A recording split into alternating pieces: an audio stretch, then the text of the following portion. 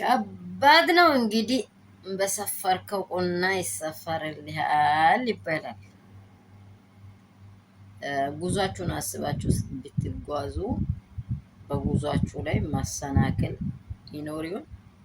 መንገዴ በጣም መልካም መንገድ ነው እየሄድኩ ያለሁት ወይስ ሰው እንደመራኝ ነው እየሄድኩ ያለሁት ብላችሁ ብታስቡ ወዲህ ኋላ አይጎትታችሁም። ምክንያቱም አብሮሽ እነዚህን ሰዎች ሊያሳስር በወደው ሰዓት ግራ ቀኙን ቢያይ ሩታ ትክክለኛ የእሷ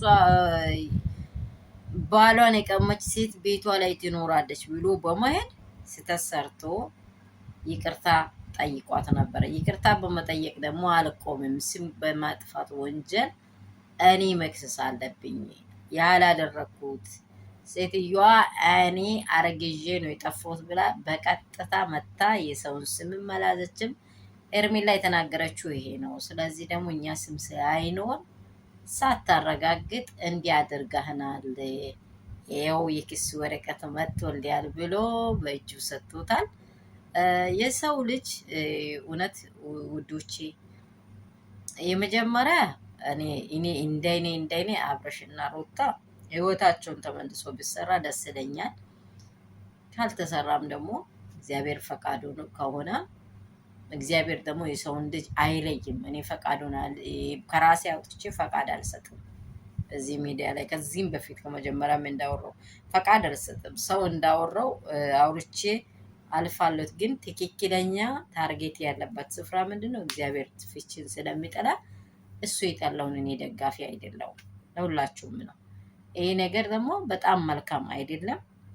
እንግዲህ እሱ ሰፍሮታል። አሁን ደግሞ ለሱ እነርሱ መልሰው ሰፈሩት ማለት ነው። እንግዲህ አብርሽዬ ቻለው እንግዲህ ቻለው ወደ ብላበት ሩዙም በዘዴ ብሏል። ቻለው እንግዲህ ኤጀንሲ ክፈት፣ ብቻውን ትምህርት ቤት ክፈት ለልጆች እየተባልክ ነው እንግዲህ ትክክለኛ መንገዱ ያንተ እውነታ መንገዱ ወደ እውነታው እንድትመለስ አይምሮህን እሱ ይመልስ ነው የሚለው። እኔ ሰላም ቤተሰብ እንደምን ዋላችሁ፣ እንደምን ቆያችሁልኝ? ማምሻው የደረሰው ዜና ይሄ ነው። አብርሽ እንግዲህ የክስ ደብዳቤ ቀርቦለታል፣ ተቀብሏል። አምኖት ማለት ነው። ያለውን ነገር ደግሞ አብረን የምናየው ይሆናል። ሩታና ዳኒ የክስ ወረቀቱን ሰጥተዋሉ። በስም በማጥፋት ወንጀል ነው ባላወቅ ነው በሌለንበት ብለዋሉ። ከዚህ የተነሳ አብርሽ ተቀብለዋል። ውዶች፣ የሚወዳችሁ የሚያከብራችሁ የኔ ፋሚሊዎች አባቴ ብሩካን ያላችሁበት ሰላምና ጸጋ ብዝት ወሌላችሁ። መልካም ሰዓት መልካም ጊዜ ወሌላችሁ።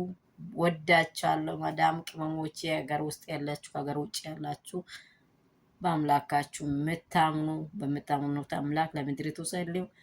ሰላማችሁ ብዝት ይበልልኝ። እኔ በዚህ ወዲያ በቃለው ያለው ነገር አዲስ ትኩስ ወሬ ይሄ ነው።